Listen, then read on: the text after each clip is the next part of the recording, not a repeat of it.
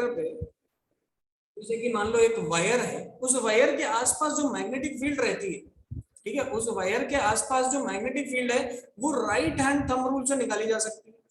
जैसे कि मान लीजिए मेरे पास एक वायर है लाइक दिस, एंड इस वायर में जो करंट है, this current is moving in the upward direction. ऐसे अपवर्ड डायरेक्शन में करंट जो है वो मूव कर रहा है, from down to upward direction. मुझे कोई पूछ ले what is the direction of magnetic field around it, so हम क्या करेंगे, in order to calculate, in order to get the direction of magnetic field, हम ये देखेंगे राइट हैंड थंब रूल अपन लगाएंगे यहाँ पर, ठीक है, थंब को डायरेक्शन प्लेस करेंगे करंट की, और कर्ल ऑफ द फिंगर्स से ये डिनोट कर देंगे कि भाई किस डायरेक्शन में मैग्नेटिक फील्ड लाइंस दिख रही है, तो आपको ऐसे दिख रही है। कोई भी अपन से पूछे direction of magnetic field lines, direction of magnetic field lines,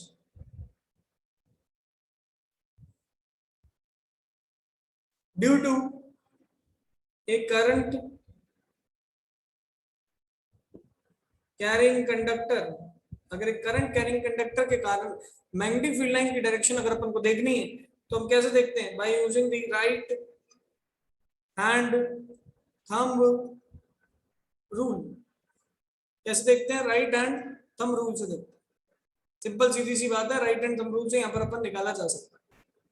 अब ये राइट हैंड थंब रूल से डायरेक्शन तो अपन 10th क्लास लेवल पे सीख चुके हैं, लेकिन क्या सर सिर्फ डायरेक्शन निकालने से हमारा काम चल जाएगा क्या, हम बोलेंगे नहीं चलेगा, हमें मैग्नीट्यूड भी निकालना है। Now we are in 12th class, so सिर्फ डायरेक्शन निकालने से काम नहीं चलेगा, हमें मैग्नीट्यूड भी निकालना पड़ेगा। तो फिर कैसे निकालेंगे मैग्नीट्यूड, मैग्नीट्यूड निकालने के लिए हमारे पास एक लॉ आता है जिसको हम कहते हैं बायो, BIOT SAVART, सैवर्ट्स लॉ। कौन सा लॉ आ रहा है, बायो सैवर्ट्स लॉ। ये बायो सैवर्ट लॉ हमें किस चीज के बारे में बताता है, ये बायो सैवर्ट लॉ हमें मैग्नेटिक फील्ड के बारे में बताता है कि जो मैग्नेटिक फील्ड आसपास बन रही है कितनी बन रही है, इसका मैग्नीट्यूड कितना है, ठीक है, डायरेक्शन हमें पता चल गई राइट हैंड थंब रूल से, लेकिन इसका मैग्नीट्यूड कितना होगा उसको निकालेंगे हम किसके हेल्प से, बायो सैवर्ट लॉ के हेल्प से। अब ये जो बायो सैवर्ट लॉ है, ठीक है, ये जो बायो सैवर्ट लॉ है हमारे पास, इसको कैसे अप्लाई किया जाता है हम इसकी बात करते हैं। सो देखिए बायो सैवर्ट लॉ कैसे अप्लाई करेंगे, सबसे पहले मैं यहाँ पर एक आर्बिट्ररी कंडक्टर ले लेता हूँ, कोई भी किसी भी शेप का ले लेता हूँ, ये मैंने जिगजैग शेप का यहाँ पर एक आर्बिट्ररी कंडक्टर ले लिया, ठीक है, हो सकता है ये वायर ऐसे जा रही होगी, ऐसे जा रही होगी, इसमें करंट की वैल्यू देखो, यहाँ पर आई करंट फ्लो करता है, ऐसे ऐसे, इसमें कितना करंट फ्लो करता है, आई करंट फ्लो करता है। बेटा अटेंडेंस लास्ट के 10 मिनट में होगी, इस चीज का ध्यान रखें। चलिए आई करंट इस तरीके से इसमें फ्लो करो, मुझे इस वायर के वजह से किसी भी पर्टिकुलर आर डिस्टेंस की दूरी पे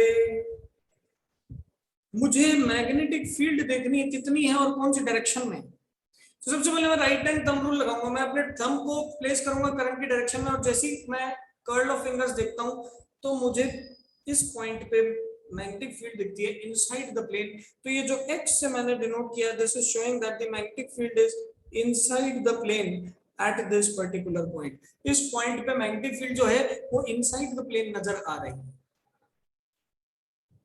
कोई भी मुश्किल वाली बात नहीं है, बहुत आसान चीज है। मैग्नेटिक फील्ड कितनी है, इनसाइड द प्लेन है, कितनी है उसको निकालने के लिए अब हमारे पास जो लॉ है that is known as Biot Savart law. उससे भी पहले मैं यहाँ पर एक चीज को एक्सप्लेन करना चाहता हूँ which is known as current element, ठीक है। इस करंट एलिमेंट को एक्सप्लेन करने से पहले, ठीक है, इस करंट एलिमेंट को एक्सप्लेन करने से पहले I want answer from you guys कि what do you mean by current density. कौन मुझे बता सकता है कि करंट डेंसिटी का क्या मतलब होता है।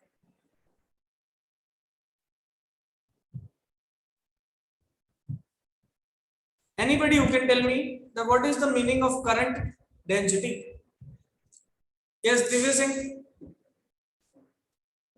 Yes, करंट को उसके वेक्टर फॉर्म में रिप्रेजेंट करने के लिए यूज की जाती है और फॉर्मूला होता है I/A। सही बात है, J vector, I/A vector is equal to J vector, or we can say that J vector dot A vector is equal to I vector। मतलब करंट को हमने रिप्रेजेंट किया in the form of vector. बिल्कुल सही बात है, perfect. देखिए यहाँ पर magnetic field is what type of A quantity, so magnetic field is a vector quantity. कैसी क्वांटिटी है मैग्नेटिक फील्ड, वेक्टर क्वांटिटी। किसकी वजह से आ रही है? करंट की वजह से आ रही है। करंट क्या है? Scalar quantity. भाई magnetic field vector, current scalar, possible तो है नहीं। क्या करना पड़ेगा? एक ऐसी चीज माननी पड़ेगी जिसके हेल्प से मैं करंट को एक वेक्टर फॉर्म में कन्वर्ट कर पाऊं, और यहां पर हम उस चीज को क्या लेते हैं? करंट एलिमेंट लेते हैं। Current element is nothing but जिस भी जगह पे मैंने अपने r डिस्टेंस को कंसीडर किया, जिस जगह से मैं r डिस्टेंस पे मैग्नेटिक फील्ड निकालना चाहता हूं, मैं उस जगह पे क्या करता हूं? एक छोटा सा dl लेंथ का एलिमेंट मान लेता हूं। इस छोटे से dl लेंथ के एलिमेंट पे अगर करंट की डायरेक्शन देखें तो मुझे ऐसे टेंजेंट बनाती हुई इस डायरेक्शन में करंट की डायरेक्शन दिखेगी, और ये dl लेंथ का एलिमेंट दिखेगा। इस छोटे से dl लेंथ एलिमेंट को ही हम करंट एलिमेंट कहते हैं। ठीक है, तो यहां पर मैं ऐसे रिप्रेजेंट कर सकता हूं, the small dl element assumed on the wire whose direction is same as that of current. तो इसकी डायरेक्शन करंट के सेम डायरेक्शन में ही तो है, ये छोटा सा डीएल एलिमेंट है। तो यहाँ पर करंट एलिमेंट क्या हो जाएगा? आई डीएल वेक्टर। इसको हम क्या कहते हैं? करंट एलिमेंट कहते हैं। कोई अपन से पूछे कि भाई ये करंट एलिमेंट क्या है, तो अपन बोलेंगे देखो करंट को की वजह से मैग्नेटिक फील्ड आ रहा था, ठीक, करंट की वजह से मैग्नेटिक फील्ड आ रहा था, ठीक है, करंट की वजह से मैग्नेटिक फील्ड आया, कोई दिक्कत वाली बात नहीं। अब ये जो मैग्नेटिक फील्ड है ये डिपेंड तो खुद तो एक वेक्टर क्वांटिटी है, ठीक है, this magnetic field itself is a vector quantity but this depends on a scalar quantity. तो कुछ फॉर्मुलेशन को करेक्ट करने के लिए, कुछ डायमेंशनली इसको करेक्ट करने के लिए हमने क्या किया? एक क्वांटिटी बनाई which is known as current element which correctly express 30 ठीक है, व्हिच क्लियरली एक्सप्लेन्स कि भाई हाँ हमारी जो मैग्नेटिक फील्ड है वो करंट की वजह से आ रही है। स्क्रीन पे देखिए आप ध्यान से कि ये मैग्नेटिक फील्ड जो है अभी किन किन पैरामीटर्स पे डिपेंड करती है, ठीक है, ठीक है। अब ये मैग्नेटिक फील्ड किन किन पैरामीटर्स पे डिपेंड करेगी तो अपन ये बताएं। देखिए जो भी मैग्नेटिक फील्ड बन रही है छोटे से एलिमेंट की वजह से बन रही है तो छोटी सी बनेगी, डीवी वेक्टर से डिनोट किया। ये पहली बात तो डिपेंड करेगी कि कितना करंट एलिमेंट, कितना करंट वायर में फ्लो कर रहा है, उस पर तो जरूर डिपेंड करेगा। जितना ज्यादा करंट होगा वायर में उतनी ज्यादा मैग्नेटिक फील्ड होगी, पहली चीज।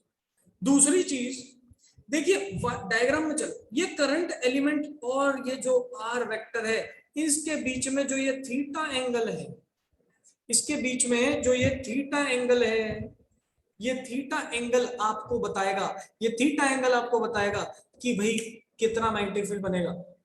वो खुद सोचो ध्यान से, एक लॉजिकली मैं आपसे चीज पूछूंगा, आप लोग आंसर बताना।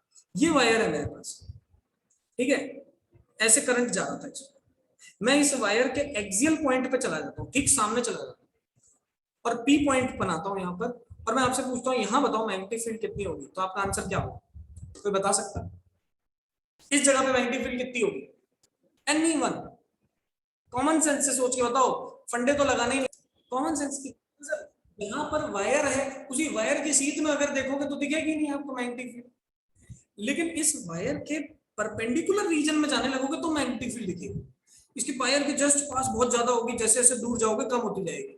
दैट मींस वायर के परपेंडिकुलर सबसे ज्यादा मैग्नेटिक फील्ड, मतलब जब एंगल 90 था तो सबसे ज्यादा मैग्नेटिक फील्ड, और जब एंगल 0 था तो सबसे कम मैग्नेटिक फील्ड। दैट मींस जो ये थीटा है ये कौन से ग्राफ को फॉलो कर रहा है? ये साइन थीटा को फॉलो कर रहा है। That means this magnetic field will also depend on the sign of the angle which this current element makes from the r vector। या r vector से कितना करंट एलिमेंट एंगल बनाता है उसके साइन पे डिपेंड करता है कितनी मैग्नेटिक फील्ड वहां बनेगी। बहुत इंपॉर्टेंट चीज है बेटा, ये बहुत ज्यादा इंपॉर्टेंट चीज है, याद रखना। पहली चीज जितना ज्यादा करंट उतना ज्यादा मैग्नेटिक फील्ड। दूसरी चीज जितना ज्यादा एंगल उतनी ज्यादा मैग्नेटिक फील्ड। अगर 0 एंगल होगा तो मैग्नेटिक फील्ड भी 0 होगा। चलिए और देखते हैं। दूसरी बात मैंने अभी थोड़ी देर पहले यही की कि जितना ज्यादा वायर से दूर जाते रहते हो ना मैग्नेटिक फील्ड की स्ट्रेंथ कम होती रहती है। और बिल्कुल सही है। अभी अपन ओयरस्टेड के एक्सपेरिमेंट में 10th क्लास में पढ़ा था कि आप है ना मैग्नेटिक फील्ड लाइंस के बारे में जब अपन ड्रॉ करते हैं, यहाँ पर मैग्नेटिक फील्ड लाइंस को देखो ड्रॉ करके बता रहा हूँ एक वायर के थ्रू। सो इस तरीके का एक एक्सपेरिमेंट आप लोगों ने करवाया हो, ठीक है, और इस एक्सपेरिमेंट में हमने करंट मान लिया नीचे से ऐसे। तो यहाँ पर जब अपन मैग्नेटिक फील्ड लाइंस बनाने की कोशिश करते हैं, आयरन फिलिंग्स वाला एक्सपेरिमेंट, तो जैसे जैसे दूर जाते हैं वैसे वैसे मैग्नेटिक फील्ड के बीच का जो सेपरेशन है वो बढ़ता रहता है। सेपरेशन बढ़ने का मतलब क्या है? सेपरेशन बढ़ने का मतलब है जैसे जैसे दूर जा रहा हूं मैग्नेटिक फील्ड वीक हो रही है, जैसे जैसे दूर जा रहा हूं वैसे वैसे मैग्नेटिक फील्ड वीक हो रही है। सो यहाँ पर अपन क्या कह सकते हैं, dB vector is proportional 1/r²। ठीक है, जैसे जैसे दूर जाऊंगा वैसे वैसे मैग्नेटिक फील्ड कम होएगी, और इसी को बेटा हम कहते हैं इनवर्स स्क्वायर लॉ। क्या कहते हैं इसे? Inverse square law. So basically जो आपका बायो-सावर्ट लॉ है वो तीन चीजों के बारे में आपको बताता है। आपको बताता है कि भाई जो करंट एलिमेंट है, पहली बात तो उस पे मैग्नेटिक फील्ड डिपेंड करेगी। दूसरी चीज, sine of the angle which the current element makes, जो करंट एलिमेंट जितना एंगल बनाता है उसके साइन पे मैग्नेटिक फील्ड डिपेंड करेगी। और तीसरी, magnetic field is inversely proportional to the square of the distance at which the point we have taken. ठीक है, तो ये हमारे पास तीन लॉज आए, हम इसको कंबाइन कर देंगे तो हमारा dB वेक्टर आ जाएगा प्रोपोर्शनल IDL, यहाँ पर बनेगा sin थीटा डिवाइड बाय बन जाएगा r², स्मॉल r लिख दिया, कैपिटल लिख देता हूं। बेटा जब प्रोपोर्शनैलिटी हटाते हैं, ध्यान से समझिए, जब प्रोपोर्शनैलिटी हटाते हैं तो कांस्टेंट लगाते हैं, और वो कांस्टेंट बनता है μ0/4π। यहाँ बनेगा IDL, यहाँ बनेगा sin थीटा, यहाँ आएगा r², and this is known as the Biot Savart's law formula. क्या बताया बायो-सावर्ट लॉ ने? बायो-सावर्ट लॉ ने हमें डायरेक्शन के साथ साथ मैग्नीट्यूड कैसे निकालना है उसके बारे में आइडिया दिया। करंट पे देखिए, डायरेक्शन देखिए, जितना डिस्टेंस है उसके स्क्वायर के इनवर्सली प्रोपोर्शनल है वो देखिए, और वहां से ये फॉर्मूला हमारे पास तैयार हो जाता है μ0/4π IDL sin θ/r²। अब मैं μ0 क्या होता है उसको एक्सप्लेन करता हूं, तो ध्यान से देखिए, एप्सिलॉन नॉट नाम की एक चिड़िया थी जो कि फर्स्ट चैप्टर में आई थी, जिसको हमने नाम दिया था परमिटिविटी ऑफ फ्री स्पेस, या फिर इसको वैक्यूम भी कहते हैं, आप सभी लोग जानते हैं, बच्चा बच्चा जानता है। क्या बच्चा बच्चा ये जानता है इसका डेफिनेशन क्या है? कौन बता सकता है? Who can tell me, who can explain what is permittivity? Hand raise करके बताओ। परमिटिविटी बात करती है इलेक्ट्रिक फील्ड की, कि इलेक्ट्रिक फील्ड कितने आराम से विदाउट डिफिकल्टी मूवमेंट कर सकता है, प्रोपोगेट कर सकता है इन डिफरेंट मीडियम्स, उसकी बात परमिटिविटी हमसे करती है। लेकिन अगर वही सेम बात प्रोपोगेशन ऑफ मैग्नेटिक फील्ड की बात करने लगे तो क्या हम परमिटिविटी यूज करेंगे? क्या नहीं करेंगे, हम वहां पर एक नई चीज लगा देंगे जिसको नाम बोला जाता है μ0, and this μ0 is known as permeability. This μ0 is permeability. जिस तरीके से परमिटिविटी हमें इलेक्ट्रिक फील्ड के परमिशन के बारे में बताता है डिफरेंट मीडियम में, उसी तरीके से मैग्नेटिक फील्ड के परमिशंस के बारे में, मैग्नेटिक फील्ड के प्रोपोगेशन के बारे में हमें कौन सी क्वांटिटी बताती है? तो परमिएबिलिटी बताती है। μ0 लगा हुआ है तो हम लिखेंगे permeability of free space. So it is exactly same, it is exactly same, कोई दिक्कत वाली बात ही नहीं होनी चाहिए इसमें। आपको क्या याद रखना है? आपको ये याद रखना है कि सर जिस तरीके से परमिटिविटी इलेक्ट्रिक फील्ड के बारे में हमें आइडिया बताती है, डिफरेंट मीडियम में कितने आराम से इलेक्ट्रिक फील्ड प्रोपोगेट कर सकती है, we can see with the help of this permittivity quantity, but with the help of this permeability quantity we can determine कि how easily the magnetic field will propagate, कितना obstruction एक medium magnetic field को लगाएगा। तो दोनों है same चीज, ठीक है, नाम अलग अलग है। एक मुझे इलेक्ट्रिक फील्ड के बारे में बताता है, एक मुझे मैग्नेटिक फील्ड के बारे में बताता है। इलेक्ट्रिक फील्ड के बारे में मुझे परमिटिविटी बताता है, मैग्नेटिक फील्ड के बारे में मुझे परमिएबिलिटी बताता है, and both are two different things having the same purpose. दोनों का पर्पस सेम है, दोनों का काम सेम है, दोनों एक्सप्लेन भी सेम चीज ही कर रहे हैं, लेकिन एक एक्सप्लेन करता है इलेक्ट्रिक फील्ड को, एक करता है मैग्नेटिक फील्ड। तो जिस तरीके से एप्सिलॉन नॉट की वैल्यू आती थी हमारे पास which is 8.85 10 to the power minus 12 coulomb square upon newton metre square, इसी तरीके से मेरे पास म्यू नॉट की भी वैल्यू होती है which is equal to 4 pi into 10 to the power minus 7 tesla metre per ampere, tesla metre per ampere. This is in the SI units, इसके अंदर बात हो रही है एसआई यूनिट्स में बात हो रही है। सो कोई भी हमसे पूछे परमिएबिलिटी क्या होता है, तो it tells us about the propagation of magnetic field in different mediums. Mu naught लगा हुआ है, ठीक है, तो म्यू नॉट का मतलब परमिएबिलिटी ऑफ फ्री स्पेस, जिसकी वैल्यू क्या होती है 4 pi into 10 to the power minus tesla metre per ampere. Epsilon naught क्या होता है, परमिटिविटी ऑफ फ्री स्पेस, जो कि मुझे इलेक्ट्रिक फील्ड के बारे में बताती है। वैल्यू कितनी होती है 8.85 10 to the power minus 12। So I hope आपको ये चीज क्लियर हुई होगी, अगर क्लियर है तो फटाफट बताइए हैंड राइज करके, इज इट क्लियर और not.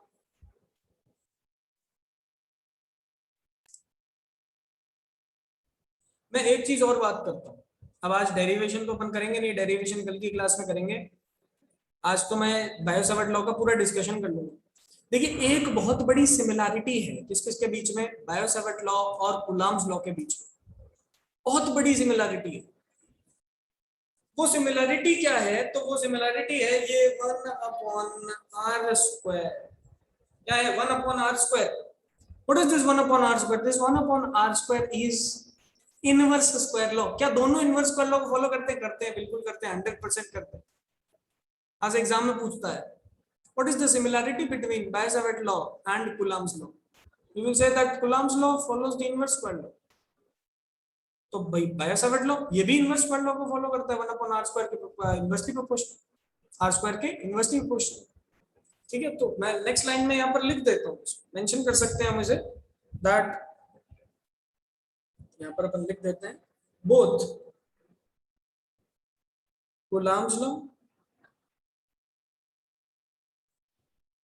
and both Coulomb's law and Biot-Savart law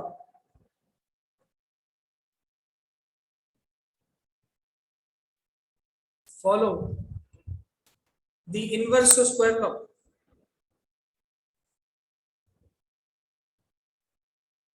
दोनों इनवर्स स्क्वायर लॉ को फॉलो करते हैं, कोई दिक्कत वाली बात नहीं है। एक और चीज की बात करते हैं, हमने ये बात भी करी थी कि अगर सिर्फ और सिर्फ वैक्यूम की बात होती है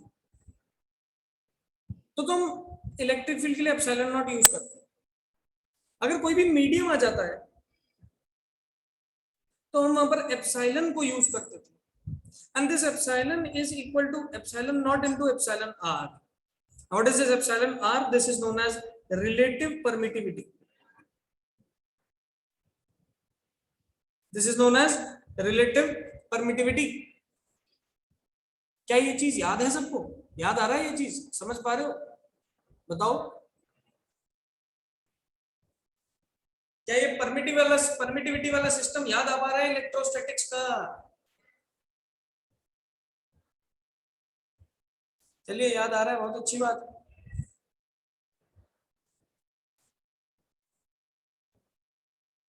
बिल्कुल सही बात है। चलिए लेकिन अगर यही बात मैं मैग्नेटिक फील्ड के लिए करूं तो ऑब्वियसली वैक्यूम के अंदर मैं मैग्नेटिक फील्ड के लिए क्या बोलता हूं, म्यू नॉट बोलता हूं। अगर मैं यही बात किसी और मीडियम की करूंगा तो आई विल यूज म्यू, ठीक है, and this mu will be equal to mu not into mu r. What is this mu are? Mu r is known as relative permeability. तो बेटा दोनों चीजें सेम हैं, परमिटिविटी परमिएबिलिटी बात same करते हैं। अगर वो याद है तो ये तो 100% याद है। एक को एप्सिलॉन लिखना है, एक को म्यू लिखना है, एक इलेक्ट्रिक फील्ड के लिए, एक मैग्नेटिक फील्ड के लिए।